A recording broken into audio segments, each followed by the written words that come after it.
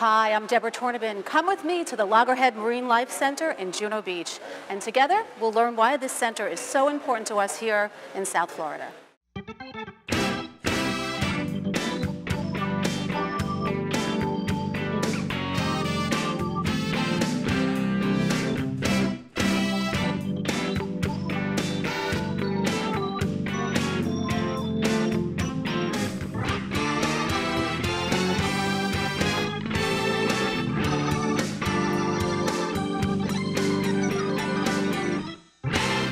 For over 100 million years, sea turtles have charted the 7 seas, traveling across entire oceans and coming ashore only to build nests and lay their eggs.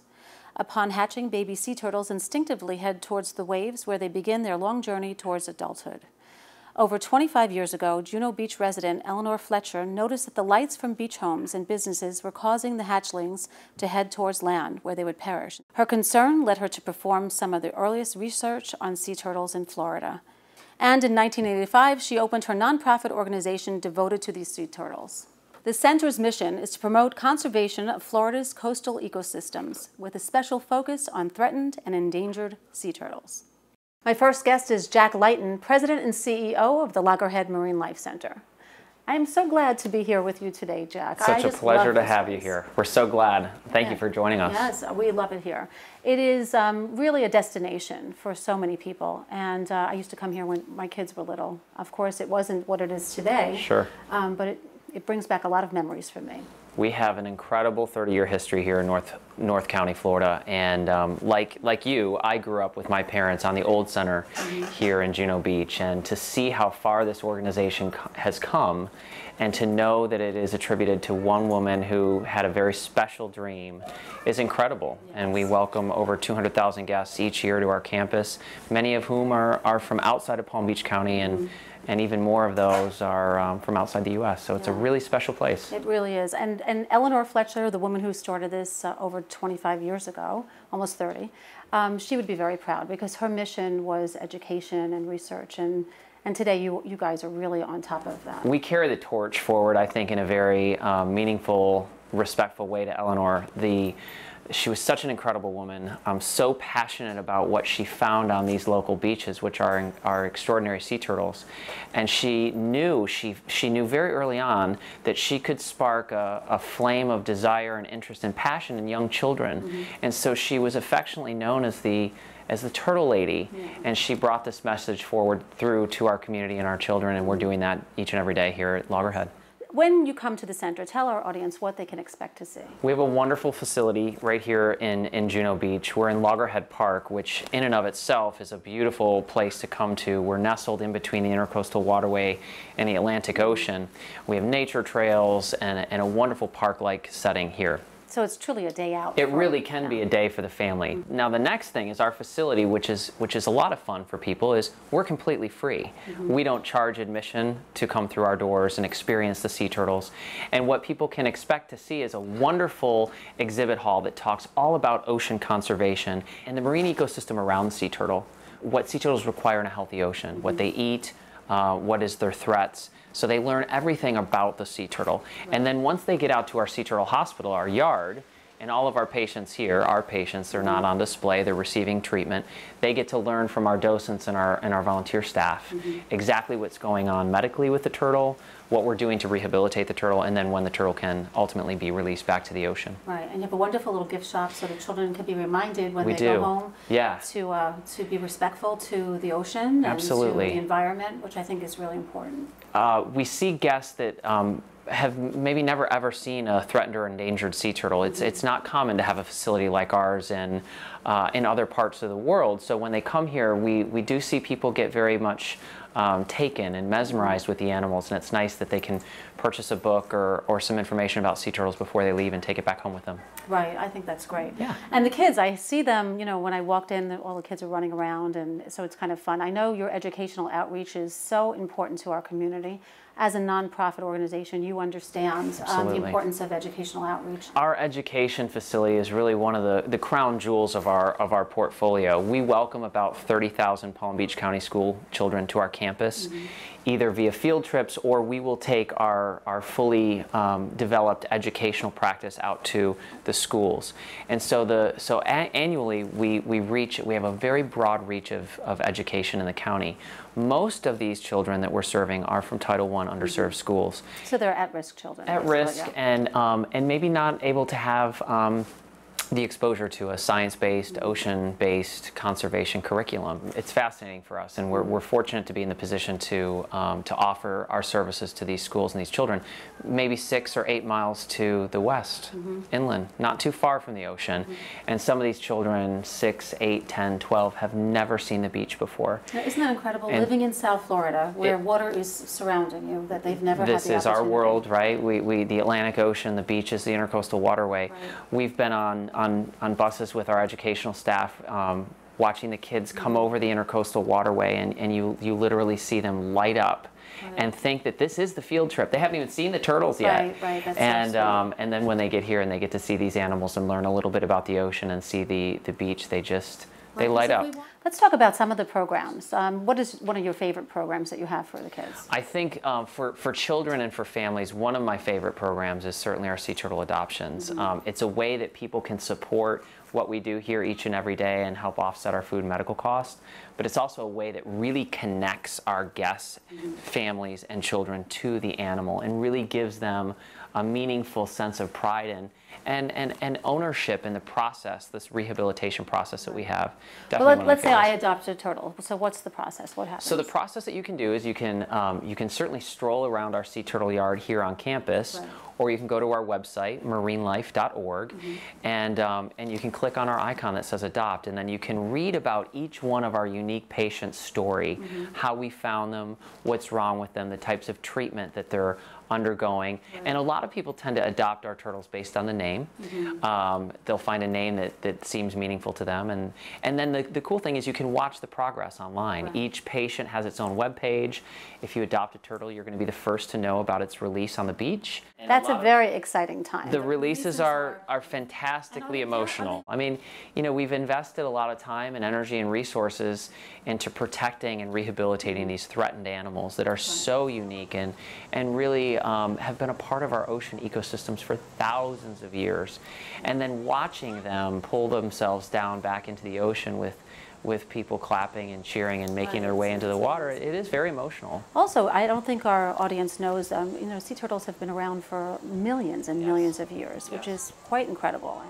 What are the most endangered sea turtles that you see coming to your center? Typically, the most endangered that come to our campus, and they're quite rare, are the hawksbill sea turtles and some of the olive ridley sea turtles. So the hawksbill sea turtle is threatened around the globe, unfortunately, because they were hunted for their beautiful shells. So when you hear about tortoise shell jewelry or barrettes or glasses, it is unfortunate that those turtles are hunted for their beautiful shell. What's also a very unique turtle that we don't get into our hospital because these turtles can't be treated in facilities are our incredible leatherback sea turtles. Now these animals can grow up to about 2,000 pounds. They eat their body weight every day in jellyfish, which we're very thankful for with our beaches here for our tourists and our guests. And they help keep our ecosystems in balance, but they're very, very endangered because certain beaches around the world, the turtle has been used for both its meat and the eggs have been harvested, so it really decreases their chances for survival and thriving. But Juno Beach is one of about 5 beaches on our planet that might be able to save the leatherback sea turtle. We have hopefully what we're researching over the last 20 years is a stable and maybe even a growing population of leatherback sea turtles here. Do they have a personality? People have asked me that. Do turtles have personalities? It's up for debate with a lot of people, but not for me. Not for me. I'm here each and every day. We'll have upwards of 30 patients on our campus. They do have a personality. Some of our green turtles and some of our olive ridleys are a little bit shyer, maybe a little bit more anxious. Some of our loggerheads can sort of be akin to a fun and excited Labrador retriever, wanting to be and curious and wanting to be around you. So yeah, they really do. They do. Yeah. And is it hard to let go of certain ones, or do you find that your people are attached? Very difficult. It's you know it's the right thing to do to get these animals out back into the wild so that they can thrive and reproduce. But when you see these patients come into our facility, and some are so incredibly sick and so run down, and you spend every waking moment caring for this animal, you do forge an incredibly strong bond. When you see them go, it's always emotional when some of your more close patients go back home. You miss them. Of course. I've heard so much about Megan, who was found on Christmas Day. She was one heck of a Christmas present for us. Let's talk about that. Yeah. So Megan is she's not from around here. Right. Megan is an olive ridley sea turtle. It's actually the world's most common sea turtle species, but her native waters are down in parts of southern South America. So what happened to Megan is she became very debilitated. We think that she found her way to the Gulf Stream, which is the conveyor belt of the sea, and she stranded on Palm Beach. And for the viewers, it's interesting. Florida has a really interesting topography, Palm Beach County in particular. We stick out closest to the Gulf Stream. And that might be one of the reasons why Juno Beach is the most densely nested sea turtle nesting beach in the state of Florida, and one of the most densely nested in the world. So Megan found her way to Palm Beach. She was stranded. Everyone thought she was a green sea turtle. Dr. Charlie Manier responded to her on Christmas and was amazed to find out that she was... We're going to meet in just a little bit. You'll meet with him and see his incredible hospital. So she was very, very sick, in critical condition. And Megan was really the catalyst for us to design a world-class, first-of-its-kind therapy that can be used in threatened and endangered sea turtles to nurse them back to health more quickly and more effectively than anything that's ever been used to date. So she's very special because she shouldn't really be here in Florida. Right. She's one of 4 that have stranded in the state, and she's the only one that was effectively rehabilitated and will be successfully released. So will she be able to be released in these waters, or will she have to be taken somewhere else to be released? It's a great question. What we're going to do is we're going to take her to the far southern reaches of the Keys, and we're going to release her way offshore in the Keys so that she has the best, most effective way to swim around any land masses and hopefully re-navigate her way back home. Right, that will be wonderful. Yes. Yeah. So that's very interesting for our viewers to know. She's been an amazing educational and rehabilitation and scientific tool for us. She was the ambassador of our new TPN therapy, and she has a wonderfully wide following of guests and adoptive parents, which is wonderful. And Christmas Day is always memorable to have a birthday, what a Christmas new present. birthday. Yes. Tell us some of the reasons why they're in danger and what's happening out in our waters that are affecting the sea turtle population. Sea turtles have a life cycle of threats, unfortunately for them. When they're a sea turtle hatchling, so when they hatch out of the nest on the beach, they have many predators, from shorebirds to fish to eels to anything that is larger than them, quite honestly. It's hard for us humans that have this bond with these animals to watch the natural predation of certainly the sea turtle hatchlings. Unfortunately, how many of them actually survive? Well, the odds are low. From hatchling to adulthood, only about 1 in 1,000 hatchlings will make it to reproductive adult age, which takes about 20 to 30 years, depending on the species. But threats can be both natural predators, but they can also, and oftentimes they're man.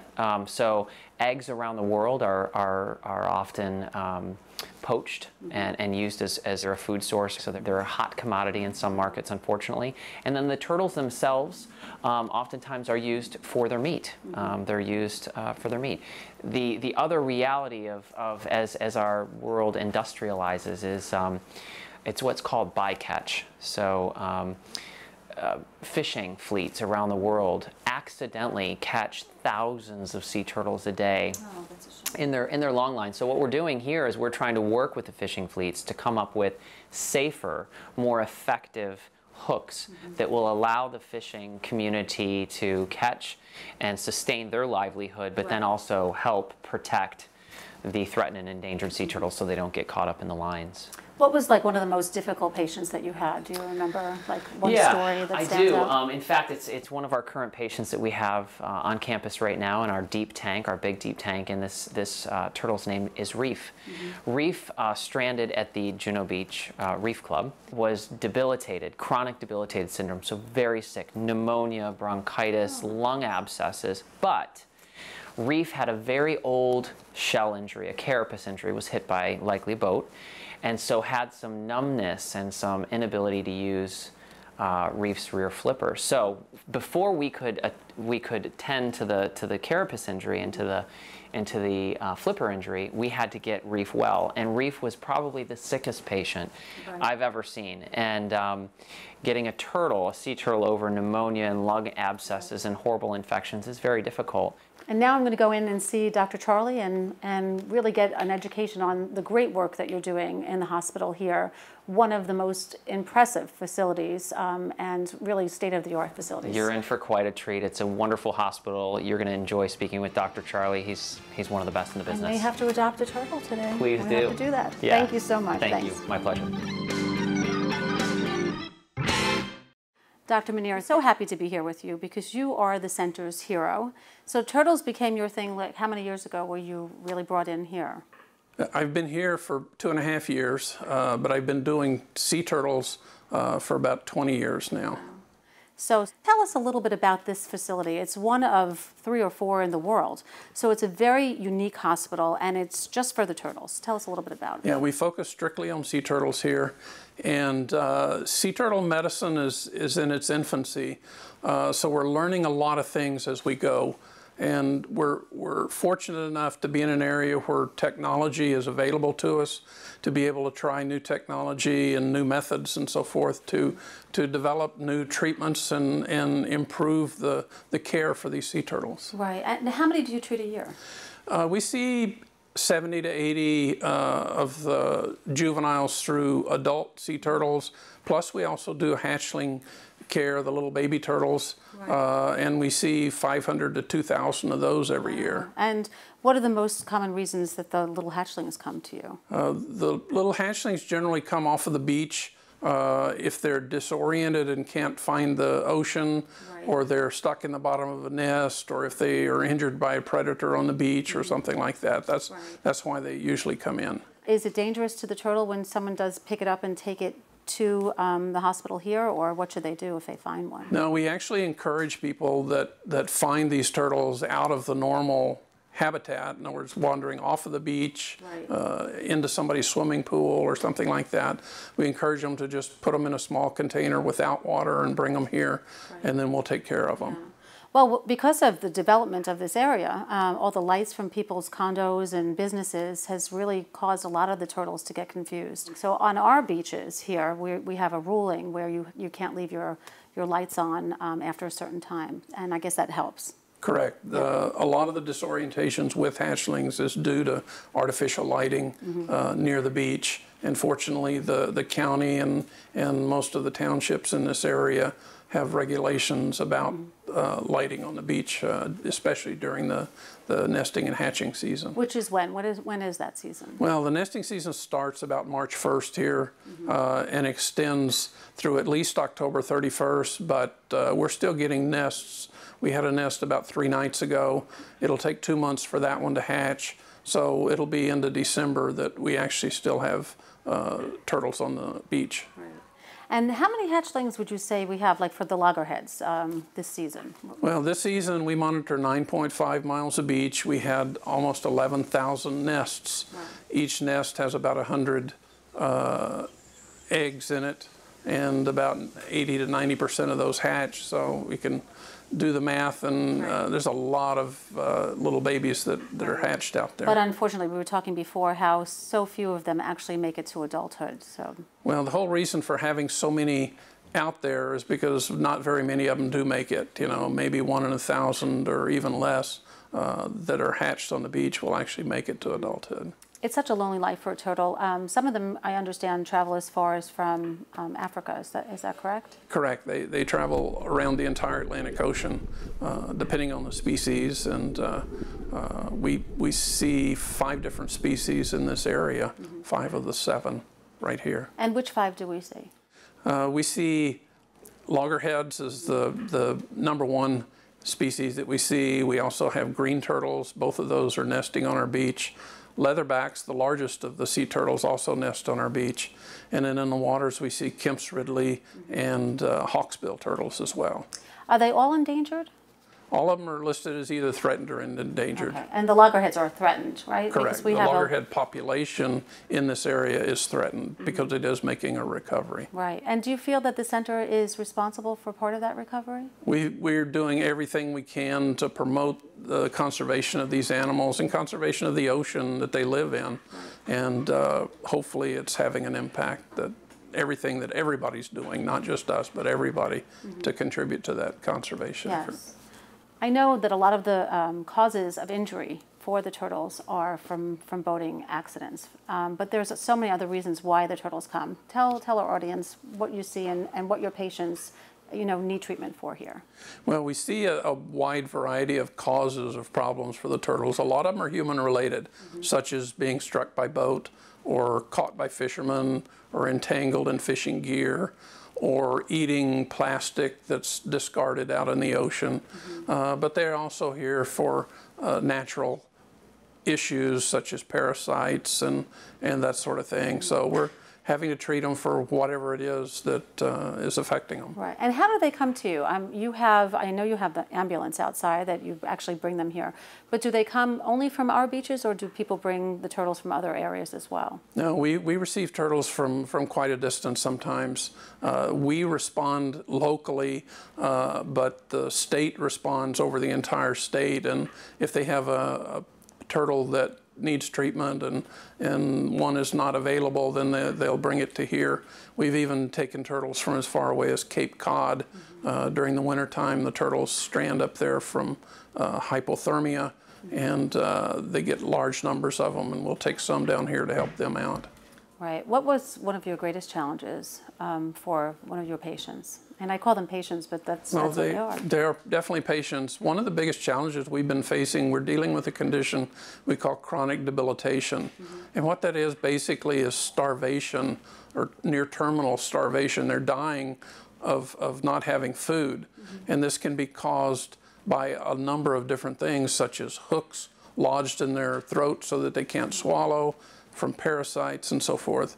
And when in the past we were only able to save about 40 or 50% of those, but we've developed a new technique in the last year that we're using called parenteral nutrition, where we're actually feeding them intravenously with a new method, and we haven't lost a single one since we started using it. Very exciting.